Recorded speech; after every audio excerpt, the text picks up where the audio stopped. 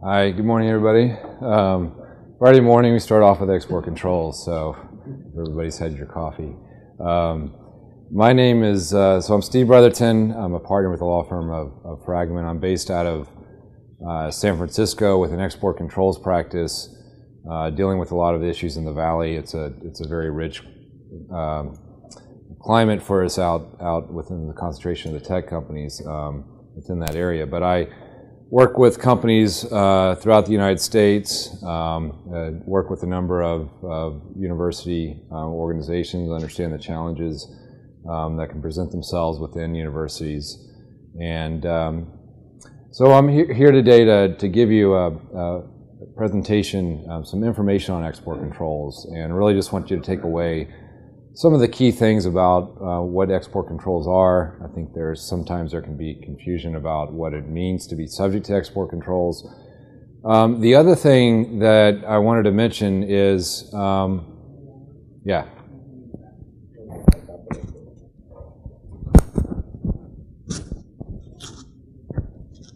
Okay. See if we'll try that. So the other thing I wanted to mention about export controls is that within the Department of Energy, it was emphasized about how important export controls was within the Power America initiative, and what they expected as far as compliance and ensuring that diligence was done on export controls. So with that and the overall importance of export controls in the U.S., I think it's a good time to give this presentation. So just a couple things. We're going to talk about briefly an overview of what export controls are. Really the key exemptions that apply, may apply to some of the things that you might do that don't apply to things that might be in a corporate setting. And we're going to talk about some red flags and then really what some of the tools are available to Power America members. If you have questions, I would encourage you to feel free to ask as we go through. We don't have to hold them to the end. So U.S. export controls, there's primarily two sets of regulations. There's an additional set of regulation. It's the Department of Treasury Office of Foreign Assets Control sanction regulations. It's not really going to be a focus of this presentation, so they're not included here. But really we're talking about the EAR and the ITAR, Export Administration Regulations and International Traffic in Arms Regulations. Pretty significant difference between the two. If items in this room, which are purely commercial in nature, would be subject to the export administration regulations. Generally items that are commercial, also items that are dual use, primarily commercial but may have a military application. Probably the most common example is encryption. It's subject to the EAR. On the other hand, items that are inherently military in nature would be subject to the ITAR. The big difference between the two is that in a technical data aspect, in a technology control aspect, if you're subject to the ITAR, you generally need U.S. government permission before releasing technical data to a foreign person. And I'll talk about who a foreign person is, but pretty significant requirements. Under the EAR, even if you're subject to the rules, it depends on what the technology is, how much the government cares about it, in other words, how they control it.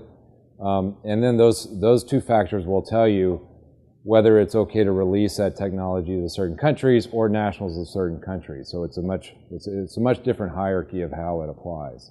And I'll give you an example of how that works.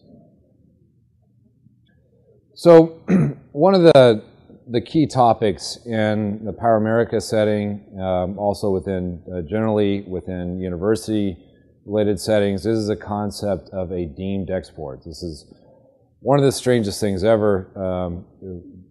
I came out of law school in the late 90s and got straight into export controls, and I was thinking, First Amendment, freedom of speech, the idea that you would require government permission before releasing commercial technical data to a foreign national just seem ridiculous. But that is what the rule is.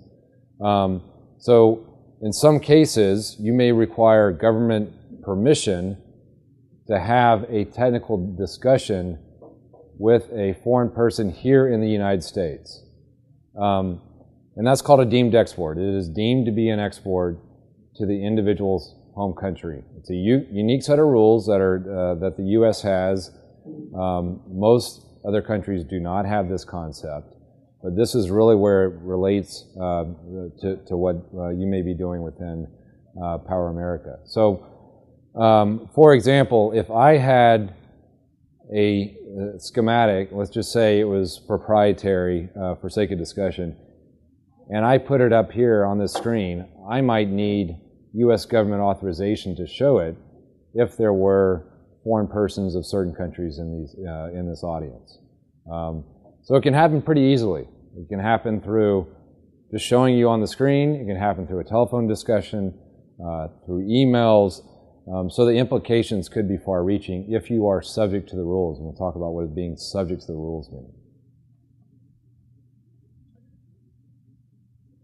So again, on the EAR side, and I mentioned this is because if you ever have to touch on export controls, one of the things that you'll have to do is figure out what restrictions apply. And if we're talking about commercial technologies, there's an exercise of having to look at what's known as a Commerce Control List to determine if the technologies are on that list. And then with that, you have it tells you there's a way of somewhat of a coded way of determining what home countries, what nationalities might trigger license requirements. So it's a process of looking at the Commerce Control List. Now on the ITAR side, if you have technologies, working with technologies that are inherently military in nature, that are described on the U.S. munitions list, the analysis is much simpler. You simply need U.S. government approval before releasing that information to a foreign person. So one of the key questions is, well, who is a foreign person under these rules? Now, as we talk about individuals who might be here in the United States, a foreign person is anybody who is not a U.S. citizen or national, lawful permanent resident, someone who's been granted asylee or refugee status, and there's a small class known as temporary residents that are granted amnesty back in the 1980s. Very, very few of those individuals remain. So if you are one of those, have an individual in one of those categories, U.S. person, no requirements apply. If you're outside of that category, let's say maybe a visitor visa or other alphabet soup of visas, you would be a foreign person under these rules, and you potentially could need a license depending on the technology at play. A couple things with an export license is that it can take some time. It takes some time to put an application together. There's quite an extensive amount of detail required on an individual's background. 10 years of employment, schooling, any gaps in time greater than 2 months must be explained. So if there was vacation or travel longer than 2 months, you have to explain it. But there's a package that you put together. Government reviews it. Depending on a number of factors, the license might, generally they're approved, but we've been seeing more denials over the past couple of years. But it all depends on what the technology is and the individual's home country. One of the things as well is that really this is one of the major headaches.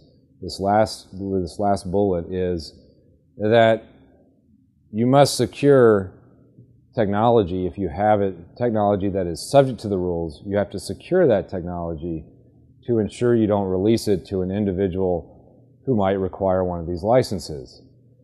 So even if you don't have anybody that you're immediately working with that needs a license, just the fact of having to secure it, have established controls on who has access to it, monitor it, is quite a headache if you're used to working, of course, in a university-related environment.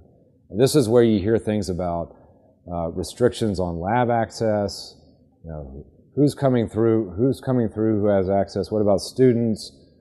These types of things can present a real challenge within a university-related environment.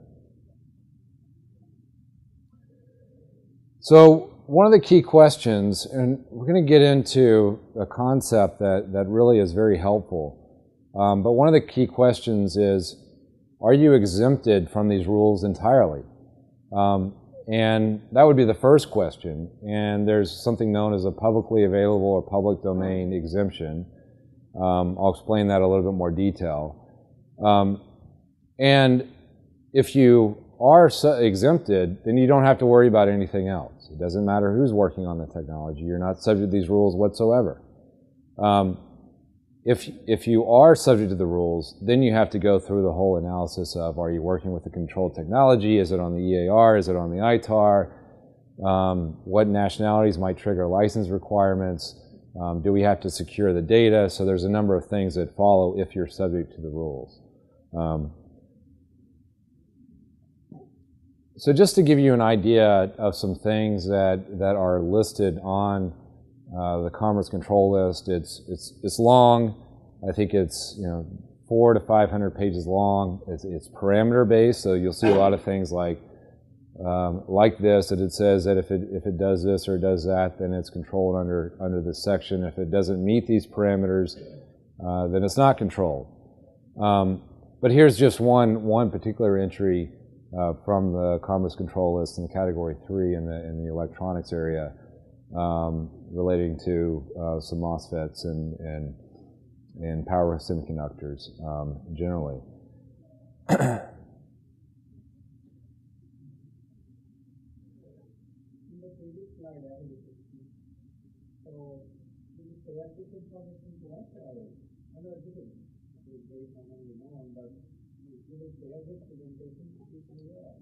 Yes, we'll save it and we can make it we'll be making it available. Yeah, it'll be available online. So sorry, Ted, I know I'm not on the mic, but we're actually required to provide this training online to our members. So which is why we're here recording. So following the training, we will have it available to members online. So if there are other resources or folks in your company who want to hear that are participating on their research, they'll be able to use that training online. Yeah, the slide slides are in your folders, but you will actually be able to access the presentation.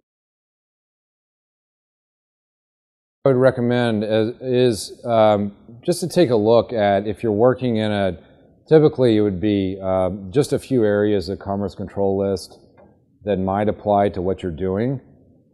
It's a good idea to take a look at the Commerce Control List and figure out, well, what is it that I might care about, if anything, and what are those parameters? So if you know that you're going to do something at some point in the future, you'll know what it is and know where to find it.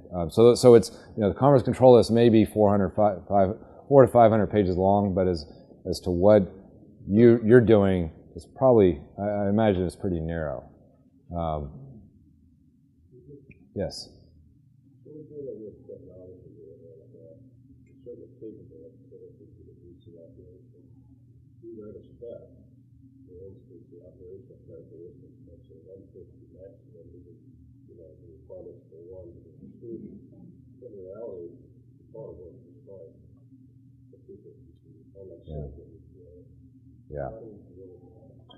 Yeah. So one of the things, individual at Department of Commerce that oversees this particular category, one of the comments he's made to me over the years is he doesn't like the term capable of. It's really, what is it spec'd out to do, even though arguably it could be capable of performing greater.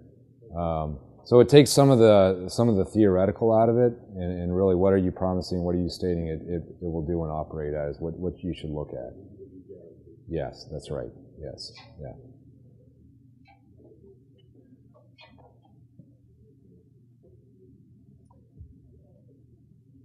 So, along that line, we had an example where a client was providing some devices for cell phones, and was looking at some of the control sections and did some testing and found they were capable of exceeding a number of the controls, and we're very concerned. And these required licenses to deliver these products to China and among a number of other countries. And with working with the Department of Commerce on it, they said, well, you know what? We're not worried about capable of. We're just going to look at what you're spec'd at, and they were below those parameters. So fortunately, it went from very concerned about delivering lots of products to China to no concern. So it was pretty important about how they had spec'd that out and what they were guaranteeing. Now, to take you through a hypothetical, so in this case, working on DC to DC converters, one of the things is, so let's say graduate assistants from India, could be really from, think about any country. The common question is, well, we're working on this technology. Do we need an export license? Do we have to establish technology controls? So the first question is, well, is it publicly available, public domain? We're going to take you through that. And then, if not, then you have to go through the rest of the analysis. So now these are regulatory terms, and I'm going to try not to be too legalistic, but publicly available and public domain have a number of things underneath them that it's really the overarching exemption that has a number of sub-exemptions. One of those sub-exemptions is something you probably have heard of, the fundamental research exemption. Because everybody says, oh, it's fundamental research, we're not subject to these rules. But the basics, there's a couple of things along with it. I mean, there is a definition about it being basic and applied research. There's a question about, well, is it basic or is it applied? Let's say that generally the export control agencies look at that very liberally.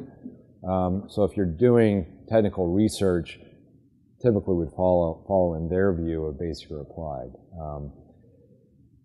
And the other part is where resulting information is ordinarily published and shared broadly within the scientific community. And they make a distinction here between information which is proprietary in nature, something that would not be published and shared broadly. So, for example, you could have a situation where you have your results would be published, and you're working towards publishing the results, not subject to the rules. But if a sponsor at some point decides to give you some proprietary information and you agree not to disclose some of those things within that information, within your research that you may publish, agreeing to even very limited restrictions, what you agree to limit would be potentially subject to these rules. So you could have aspects of your research which are qualify as a fundamental research, but other limited sponsor-related data that may not be subject to or exempted.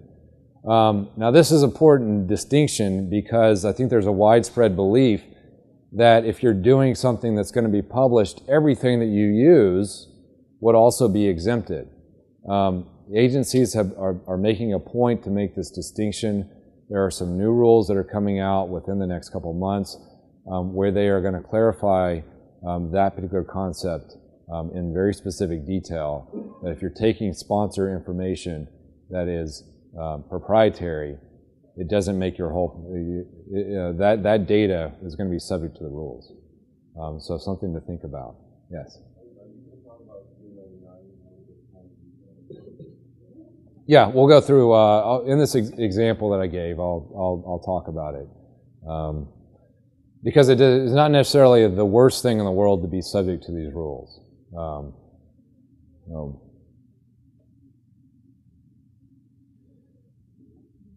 So again, I think the key thing here is that accepting restrictions on publication, accepting proprietary information would render you subject to these rules. So that's really what the focus should be. Now, there's other things about educational information. This is an entirely separate exemption. This says if there's certain concepts or information that's released in a catalog course, they're not going to consider that to be subject to these rules. So if you teaching a class on nuclear weapons, then that information is not subject to these rules. So it doesn't really matter what the subject of it is, it's just that it's being taught through a catalog course, or it could be an associated lab instruction, so exempted. That's a pretty big one. One of the things I wanted to mention, because it receives quite a bit of, it used to receive quite a bit of conversation, is, well, do we have to be concerned about our equipment that we might have in our labs and who's using it? And generally, the Department of Commerce, this was more of a EAR issue, and the Department of Commerce said, well, we take a very strict view of what controlled use technology is. In order to have controlled use technology, you have to tell them all of these things. You would have to have information on how to operate it, have information on how to maintain it, repair, overhaul, and refurbish it all in the same data package in order for it to be potentially controlled use technology. And I had an official last year, the Department of Commerce told me since their interpretation of this rule, which is now about 5 years, he has not seen controlled use technology. Not to say it couldn't exist, but just that these elements together in one data package is very rare. So essentially, telling somebody how to operate some equipment in a lab is not going to trigger export controls. You don't have to be worried about the lab equipment. Now, if you were developing the equipment itself, building a certain equipment, then you have to look back, are you accepting sponsor information? Is it proprietary? Is the results of that information going to be shared broadly? Could we be exempted through fundamental research? You do just your regular analysis. So going back to the hypothetical, so do the graduate assistants from India need an export license? Well, no, if the information qualifies for fundamental research exemption. So if it's information that's going to be published, there's no proprietary restrictions, not subject to these rules, don't need to worry about anything else. So let's say you are subject to the rules. Then it requires a review of the Commerce Control List, and then in the example we provided, I believe it would be a case where you're not going to find that particular item described on the Commerce Control List. Items that are not described on the Commerce Control List are known, they fall into a bucket known as EAR 99, and that's what that term means. Right now, because of some recent changes, specifically as it relates to Cuba, there are no requirements, no export license requirements on releasing EAR 99 technology to a foreign person here in the United States. So EAR 99, okay to release it. Doesn't matter. It's from sanctioned country, Cuba, Iran, North Korea, Sudan, Syria. It doesn't matter. It's permissible. So it really, it could be a case where you're subject to the rules, but you're okay because there's no requirement as it relates to releasing that information to foreign nationals of countries, of any country. Now, if you're exporting that data, let's say, to Iran, to Cuba, to a sanctioned country, there's a completely different set of rules apply, and you might need a license in that particular case. But we're talking about individuals who are here in the United States, doesn't require a license. So one of the things is, if you're subject to the rules, it may not be the worst thing ever, because there may be few, if any, restrictions. And that's where it's important to know, are you working with something on the Commerce Control List? How concerned do you need to be about it? So, again, not the worst thing ever. Yep.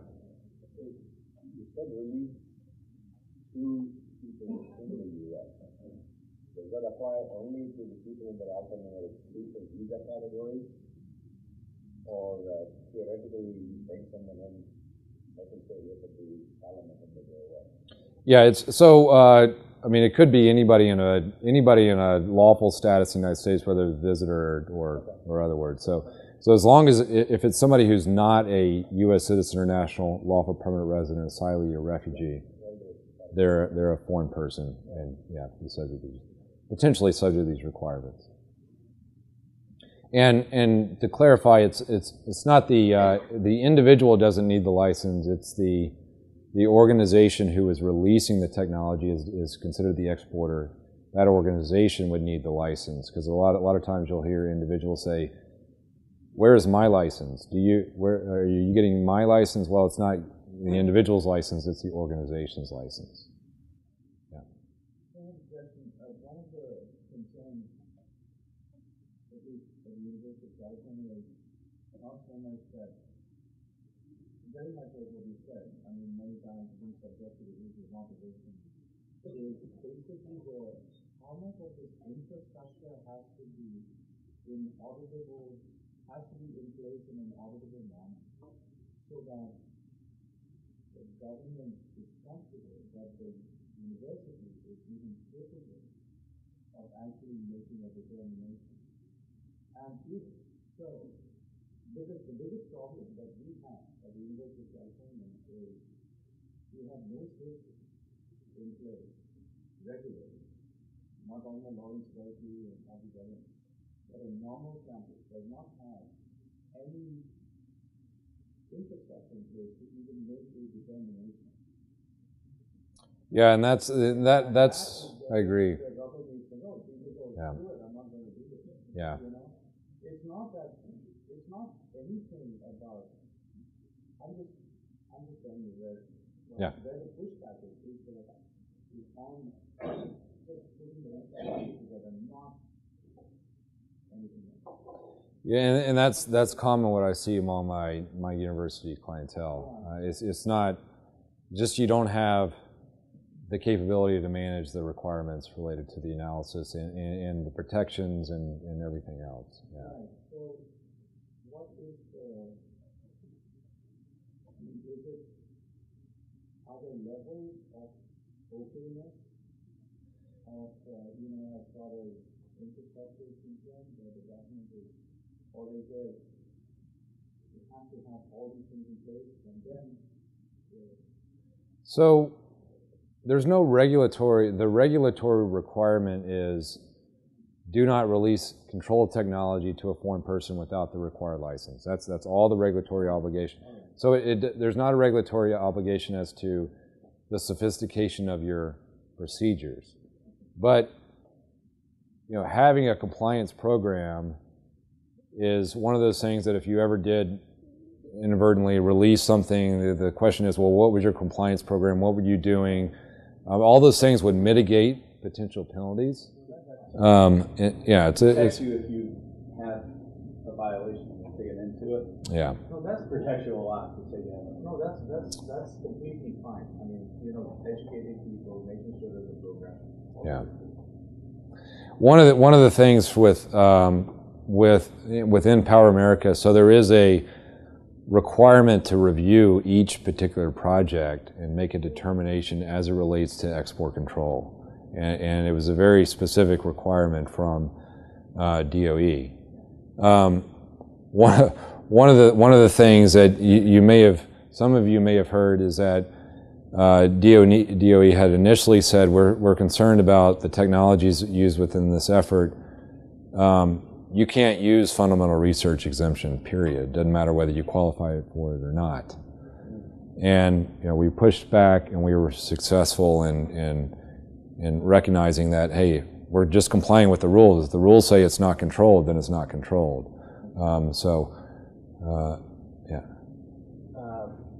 Going back a couple of your slides where you said that the information needs to be protected electronically and so on. So what if, I have a laptop and I go to a country and the country actually has someone who hacks into my computer and downloads a bunch of data. The onus is on me to protect that? Yeah, yes, it would be, yes. Well, if they got it unlawfully. Yes. Yeah. You didn't export it, it got stolen from you. Is that what you're asking? Yes, exactly. Yeah, but do we need to report? You know, it depends on the, I've certainly worked with clients who have had that situation arise and have made voluntary self-disclosures to the U.S. government saying we were we've had a couple of instances where it's happened in Russia, laptops stolen, disclosed them. Have not ended up in penalty cases, but still it was technically an export of technology. Now, there are some new rules coming about the definition of what is an export. And there's going to be some additional view of if you have encrypted information, then it's not an export. So if they took your laptop as encrypted, it's not going to be considered an export. And it's going to be more focused on the keys of how to unlock it, who has access to those keys. So completely, it's a pretty significant different view, and that should be those rules should be released here very very soon, next couple months. Generally, a good idea if you're working with controlled data. This all goes back. Are you working with controlled data? If you are, you may want to travel with a clean laptop. Just a good practice. I'm sorry. The problem is that at times the data is in a cloud. Yes. Like Gmail. Yep. And I'm not talking about someone really stealing my laptop. I'm talking about someone hacking into my computer and getting access to that. So my question is, what is the onus in the sense? Okay, I have antivirus, I have those things. I may have VPN, but that may not be enough of security, and hence does the onus then lie on me to protect it, or because that's unlimited, and I have to. Yeah, so you go back to the basic rule. I mean, the basic rule is you can't export controlled technology to an individual that needs a license without that license. And so in that case, you may be viewed as the exporter. Now, the other question would be, well, is it a penalty case? Probably not. I mean, if somebody is doing it in a nefarious nature, you aren't just handing them a laptop with a bunch of controlled information on it, then probably not going to be a penalty type case. So but yeah, if you're working with controlled data, there is an obligation to secure it. It just goes along with it. I'm Leo Howard. I'm the IT security person here, and after the break, we're going to be talking a little bit about some of these questions we're talking about. IT security, how do we put things in place to make it harder for somebody to hack into your various systems? I'll talk a little bit about that after the break, and then we can ask some more questions. Good segue.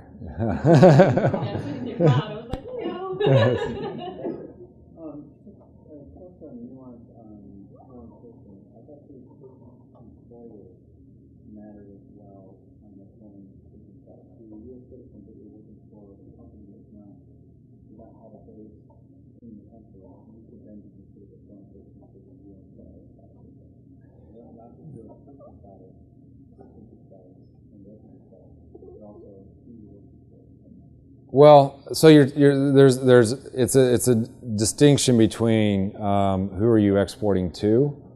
So if you give technology to anybody in this room, and you know that person is going to export that technology to a foreign country, you probably have an obligation. So if you are an employee of a foreign entity, it creates a little bit more knowledge that you're probably going to be doing more of a traditional export, giving it to an individual, and then that individual would be exporting. So maybe an obligation. But it goes back again to knowing what is your controlled technology. And if you have controlled technology, what countries trigger obligations? So what foreign entities are you dealing with? What foreign persons it might be here in the United States. Now, all these things would come into play and factor into how you proceed. But if you're working with EAR 99 technology, I mean, some of these issues really you don't need to consider. It's just not going to be a requirement.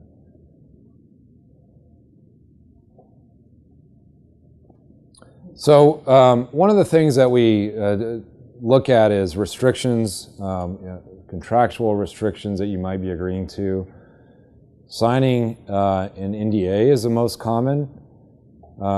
So it doesn't necessarily mean if you sign an NDA that says you agree to protect business information, maybe it's forecast of sales, maybe other types of purely business information would not be an issue.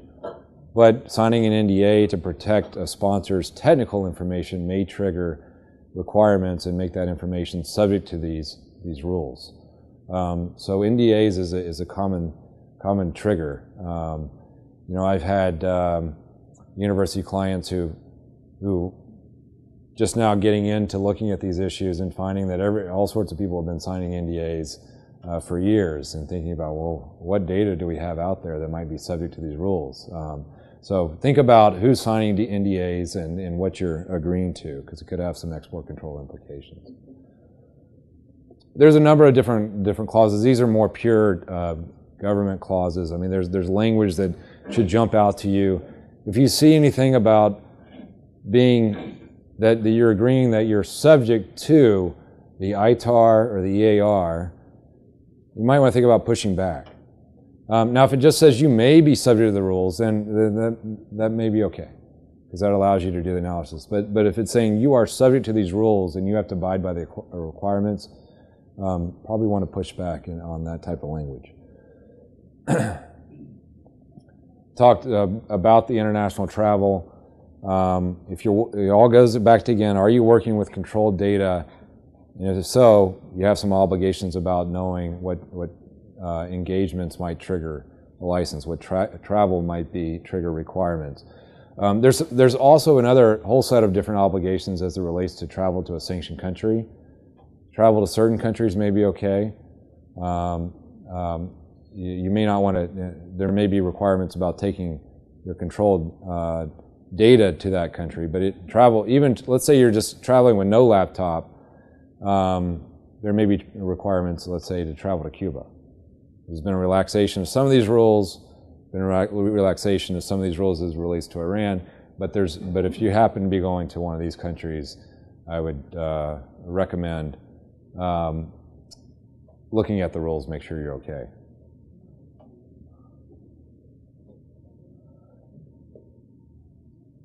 Now, if you've ever seen a university export control presentation in the past 5 years, you've probably seen something about the Roth case. This was the case the U.S. government, frankly, had been looking for to get universities to pay a little bit more attention. Now, this was an individual, 72 years old, who was convicted. He was sentenced to 48 months in prison for violating Arms Export Control Act. It was related to ITAR-related technologies. Now, in this case, there was an individual had a separate entity, was receiving government, had some government contracts under that entity, was using the facilities at the University of Tennessee, was using some graduate students within the project.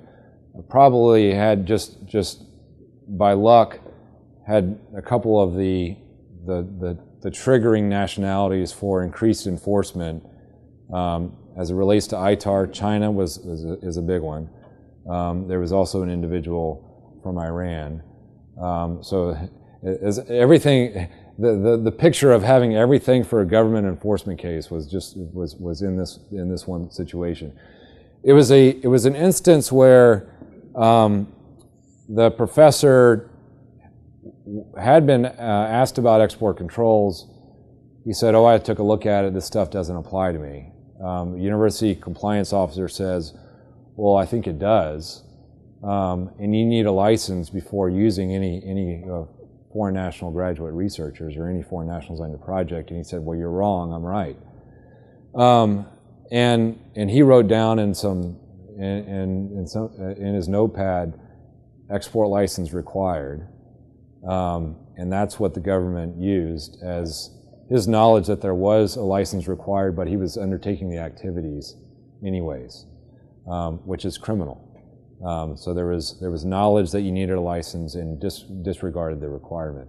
There was some travel to China mixed in with that, but this is a case where the university ended up doing a voluntary disclosure to the State Department to protect its interest, and said, we want you to make you aware of the situation. We've stopped the activity, but there's some things we want to tell you about that happened in the past.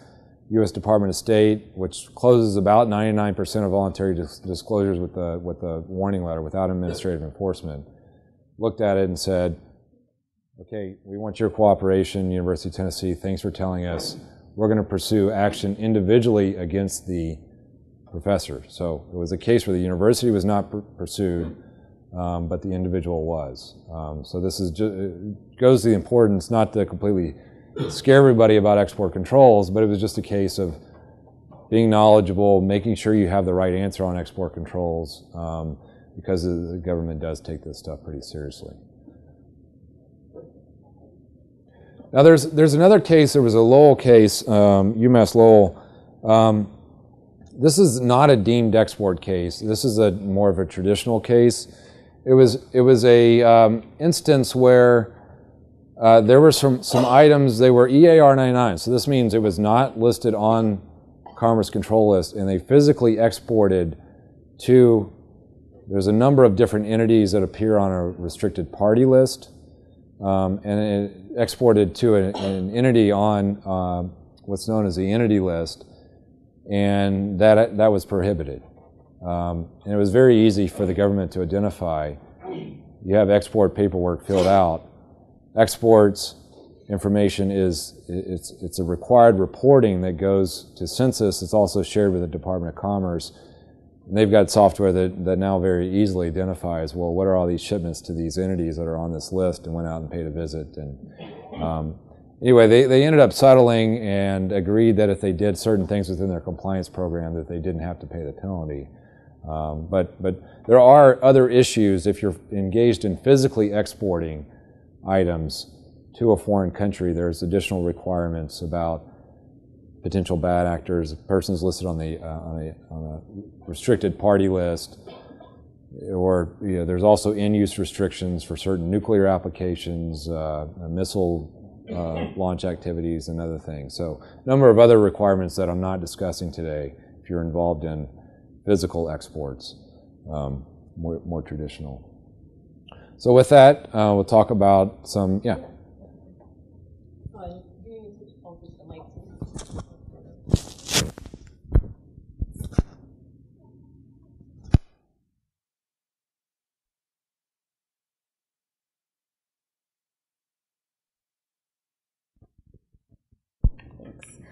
So in addition to the information that Steve's presented, and that's been really helpful and great, Steve, thank you for that. I just wanted to talk about kind of practically for you all as Institute members, what export control compliance looks like for the Institute. As has been stated, that the Institute is a very kind of unique, I'll use the word creature, so to say, and the grant, the award from the Department of Energy is the largest award in the history of NC State. So there's a lot that we've been learning through this process, and like a lot of things, it takes a village. So one thing you should know about our when it comes to export compliance, it is a team effort here at NC State, and there's been a lot of explicit commitments from our administration in terms of their commitments to ensure we get this right in terms of export compliance. Steve being here is part of that commitment from the Office of General Counsel and our General Counsel, Eileen Goldgeier. We have our University Compliance Manager, Brad Trahan, in the back there, as well as Dan Vick, who just joined us recently as Export Control Administrator. And you've met Leo, and you'll hear a little bit more from him later. But it really is a team effort, working with our Office of Tech Transfer over across the street in Springboard, our sponsored research program over on main campus, and Richard Best over there. Our internal audit office, senior management, and then obviously you all have been really helpful in raising these export issues, particularly as we're going, finishing the first budget period and going into budget period 2, and really understanding how some of the export issues are bubbling up as some of the technology is growing and shifting. So as I mentioned, you'll get this you'll have access to this presentation after the training, but you'll also have access to the export control procedures, which are actually part of the bylaws. So there's appendix to the bylaws. There's about 4 documents. One of those are export control procedures. So you have those as for reference. And then there's also some great information on the university-sponsored research website as well. So, why does this matter? I think, Steve's probably driven home the message pretty well. But it matters because we're required to comply with export control procedures per the terms and conditions of our award with DOE, and that flows down to our subrecipients, our researchers, the university, our students, and our members. Secondly, because of the impact on project objectives. So we want to ensure that your projects kind of continue to keep going on and moving smoothly without bumps and hiccups. So the more that we can be helpful in helping you think through these issues and address any that might come up, the more likely that your projects won't get interrupted or shut down in some cases. And then third, the price of noncompliance. So as Steve's mentioned, some kind of the high profile situations. We obviously want to avoid situations that would lead to that, fines, or otherwise kind of undermine the reputation of the institute, your companies, the university, or the program and the network as a whole. So I think by now I've harassed all of you enough, either in person or via email this week, so you know where to find me. I'm very much an open email, open door, open phone person, so feel free to get in touch, however you need to. Some of you have been set up with your Google.gov accounts. Leo will be talking a little bit about this later with the information security, but to meet some of the information security obligations under the agreement regarding NIST and the like, we actually have a Google.gov site, and that is my email address to send anything that's sensitive, protected, things like that, or you can just email my regular NC State, as well as some of our other contacts. So I think we've got about a good chunk of time for questions. And Steve, I'll invite you to come up too to. I have a question on the previous slide. Sure. Let me see if I can. I'll have to click back through, but keep talking. Okay. The very last slide. Yeah. Ebook content. Oh yeah, sure. The question is, Power America is the subset of NC State University. Correct. And so when there are export controls questions in terms of project with Power America, as the director of Power America, do you have the authority to say, okay, or do we have to go to Richard now? Oh no. So your first line of defense in this case would be to me. So because So if you don't agree, then we go. that's never going to happen. So I mean, I don't know what you're talking about. I can't answer that.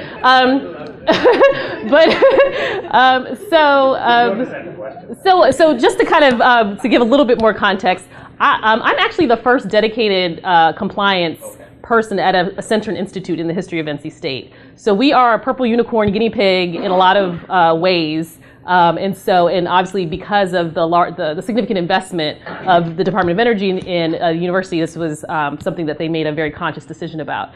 So, and part of that is because, for those of you who have worked at the university before and are familiar, like physically our sponsored research office is over on main campus. And so historically, there have been those challenges of ensuring that the folks in research administration and sponsored research kind of actually understand what's going on day to day in the labs, with the centers and institutes and things like that.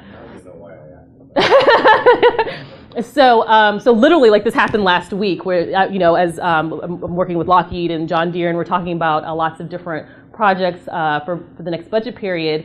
And so there's been issues that come up, and so Richard Best and Dan came over, and we sat down and talked through those issues and how they want me to deal with technology control plans. And I was on email, I was on the phone with Kelly Sexton, our head of the Office of Tech Transfer here across the street, and her licensing associates. So, I will say, I can't literally do my job as Director of Compliance without all of the support of the university, and they have been great in that regard.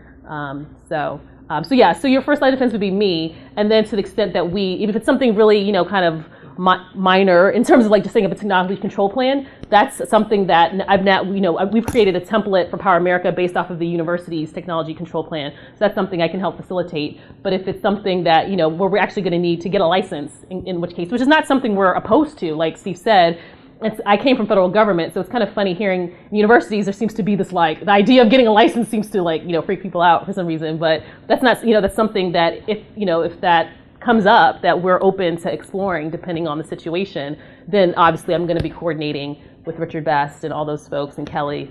So yeah, you're welcome. So there's a comment somewhere that said that for every power maker subcontract, you're also giving advice whether to do export control or not. Right. So So we are kind of getting our whole process internally, in terms of our office together, in terms of figuring out how to get those issues, because right now they're kind of coming up like here and there or when members bring them up. And so obviously right now we're in crunch time for getting ready for budget period 2. So that's something that, I'll be working with John and Nick on in terms of how are we integrating what I need to do for y'all in terms of export controls into the actual proposal review and selection process. So for the existing projects. Well, see, what had happened was I didn't start until June 15th. So a lot of our experience has been a lot of reverse engineering, so to speak, because many of us, in terms of the administrative side, literally the administrative side of the institute, did not. We all literally started within weeks of each other, starting like in May and June. So a lot of just my first, 8 months or so here have just been, kind of figuring out everything and where things are. So. And part of it too is Leo and I. We've been starting with our NCSU PIs in terms of just getting a handle on their projects and what they're doing, and then in the next couple weeks or months, we'll actually be spending more time with you all in terms of getting a handle on your projects as well as stuff that happened in budget period 1. In your defense, I guess. Aww. It does say in the appendices to the bylaw that there will be a compliance point with everybody proposing to identify EAR, ITAR elements when they submit, and then the compliance officer evaluates the proposal. It says so. Star student. You get a gold star. That's why I put you in front. No, I'm just kidding. So I have a question regarding EAR versus ITAR. Yeah. So my assumption is that there is an overlap in those two. As in, let's just say you gave an example of EAR saying it must meet all these things: 300 volts, 215 C, and so on. The example that you gave of power ECCM 3. Yes. And so there is a particular specification that we have. Do we have to check on EAR and on ITAR? And so, can we get access to these? I know EAR is easy to get, hold on, but ITAR one, I'm not sure. Yeah, so the analysis is referred to in the government as the order of review, and it really just means how you're supposed to go through the checklist of what you look at. So the first thing, because it has the most significant controls, is to look at the U.S. munitions list. It's something that there's a whole effort, export control reform, to reduce that list and move some items from the USML over to the commerce list. So I encourage you to make sure that you're looking at the most latest up to date. If you're looking at the USML, there's a couple of links. If you just search ITAR or USML, it's going to take you to. It will take one of the first hits is a 1980s version of the U.S. munitions list. So I'd just make sure you're looking at the latest one. So the first thing is look at that. The analysis works. Look at the USML. There's a particular section.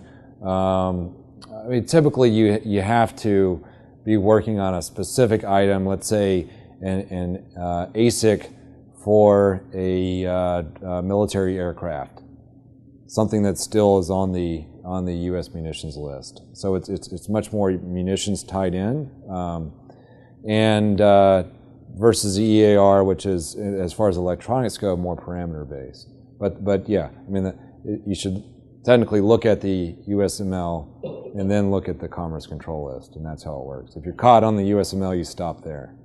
Can I ask you to put those links somewhere on the website? Yeah, we can do that. Yeah, I'll look up. Some of that might be already on Spark, but if not, yeah.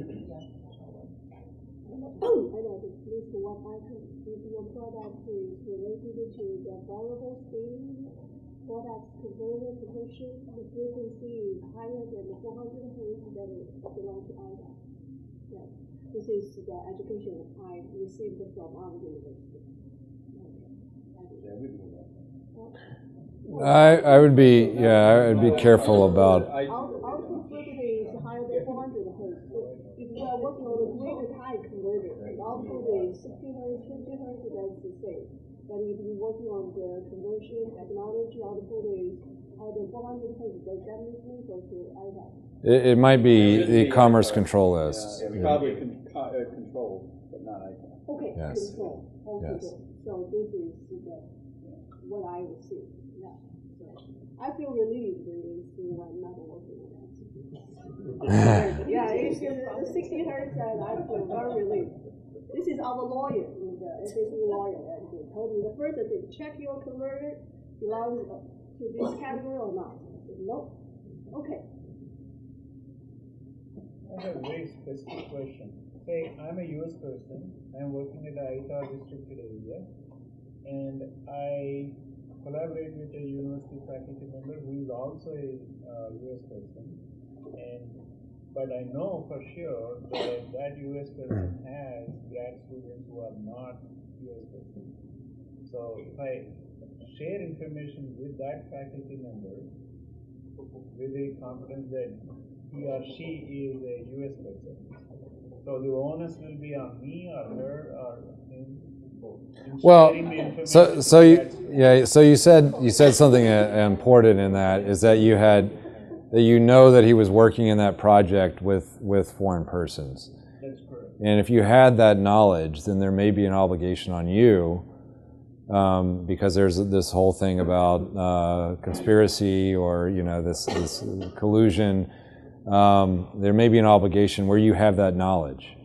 Now, if you had assurances from that individual, said, yeah, we use them, they're not working on this project, and I can confirm to you they're not working on this project, then if you receive that type of assurance, you're okay. Now, if this individual goes off and does something else, that's really that individual's issue. That assurance should be just verbal or written, or how should it be? Well, think about it. If you ever had questions from I think about a legal, as a government prosecutor, would you want to rely on somebody's verbal that say, well, you told me? So, the best defense would be, well, I've got it here in an email. It says that he's not going to use this and share it. So something written would be preferable.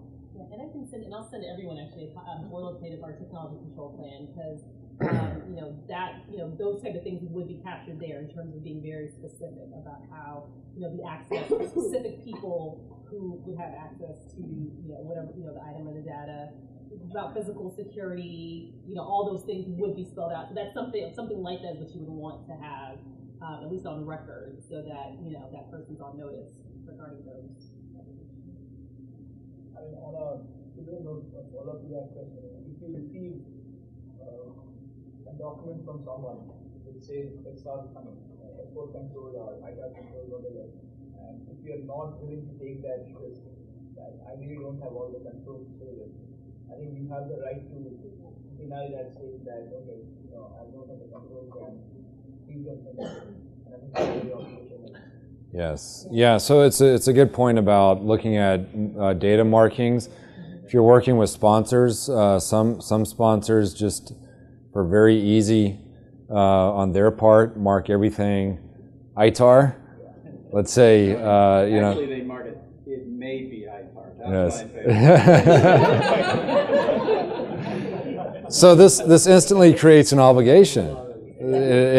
If you're getting notice that it might be subject to these very strict requirements, or it is, then it creates an obligation to actually run that down and go and confirm and check it out. So be careful of these warnings. I have a case right now where we have individual had received drawings. I mean, these were very simple in my view, optical windows, but it had received data one point in time that said this information is subject to the ITAR it had to be 6-point font. I mean, tiny.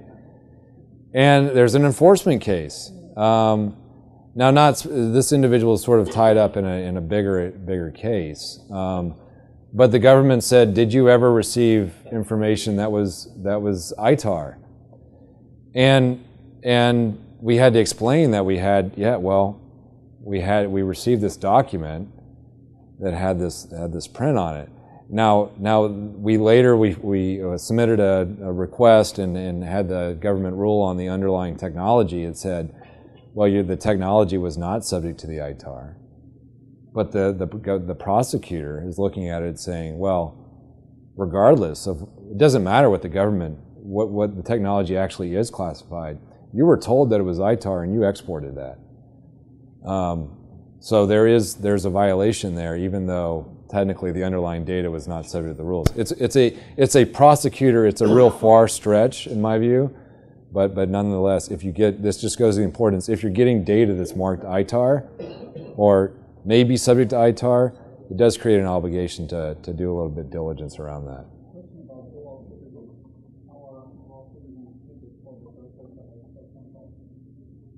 What was the question again? Oh, dual citizen. So if you are one of those categories, U.S. citizen or national, lawful permanent resident, asylee, you're considered a U.S. person. I mean, think about any lawful permanent resident is going to be a citizen of another country, but you're still considered a U.S. person for purposes of these rules. Now it goes to the example that was talked about earlier about, if you're providing data to a U.S. person, there may be no requirement, but if you know that individual will take that data and export it to a foreign country, there may be an additional requirement, but it's all about what knowledge you might have about that situation.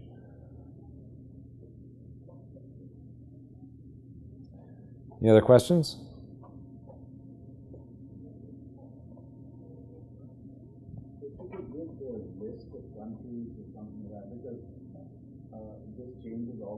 I was shocked at how high Israel was on the compliance list. I mean, don't do anything with Israel. That would have never crossed my mind. So that can be it can be challenging and also misleading. The countries will differ depending on a reason of control in the Commerce Control List.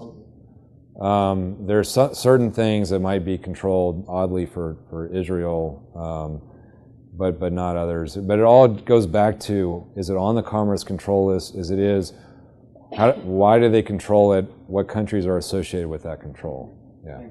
Israel's not that we don't get along with, but they build a lot of defenses and sell them to people who wouldn't necessarily. And there's some long-running nuclear non-proliferation requirements tied to because Israel is not a signatory to some of the agreements, that there's a requirement for some nuclear items that are controlled for Israel. Very, very strangely, but it's all because they haven't signed an agreement. But yeah. If the project is funded through Power American, is the ITAR related or is it not the ITAR related? This is actually a good question. The question is, if it's ITAR related, would it be marked ITAR? This is a question that I hear from clients that says, well, nobody told me it was ITAR, so there was no issue. You as a potential exporter, your organization is responsible for determining what the controls are, regardless of whether somebody told you whether it was controlled or not. So it creates the obligation, again, to figure out, am I working with controlled technology? Is it subject to the ITAR? Is it subject to the AR? If so, what are the controls? So it could be a case where, yeah, you could say, well, defense contractor, you didn't tell me. No, you can rely on you can to a certain degree rely on a manufacturer that you might be working with to say what controls do you assign to this. They say, well, what are export controls? It might give you an idea that they don't have much sophistication. But I mean, there is a way that you can rely on diligence that other people perform to make a decision about it. But I told the original attack, I don't want to deal with anything Wi-Fi related, so I cannot trust the original attack not causing me a project with Wi-Fi. Well, I would say, it should go. Each of the projects you should confirm they're going through a system that's looked at for these issues.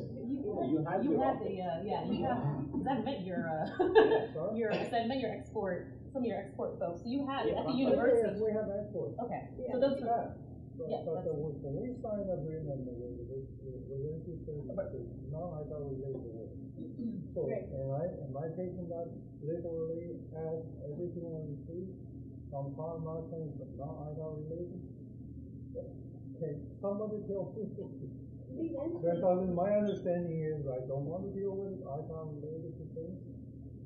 And the university understood, the university negotiated with you, and I have to have the faith on whatever the agreement is. So I think this goes to the process of how specific projects are reviewed and what that looks like. And I know this again preceded my time, but I heard the stories about Virginia Tech being particularly, because I mean some universities, and Steve, you probably knows this. I mean some universities will take the stance of just saying we're just low risk, we're not comfortable with a lot of risk around export, so they will say we're just only a fundamental research type university. That doesn't necessarily mean that that's still that all the research actually is fundamentally down to it, but this is something that we can definitely talk about during the break because we have had a lot. We have been had some at least in the past there have been some direct conversations with your export folks, so that's something that we can if you need a better comfort around that, that's something that we can confirm for you. So, but you have people there who can answer that. We do. And I've made this plenty clear to them. Yeah.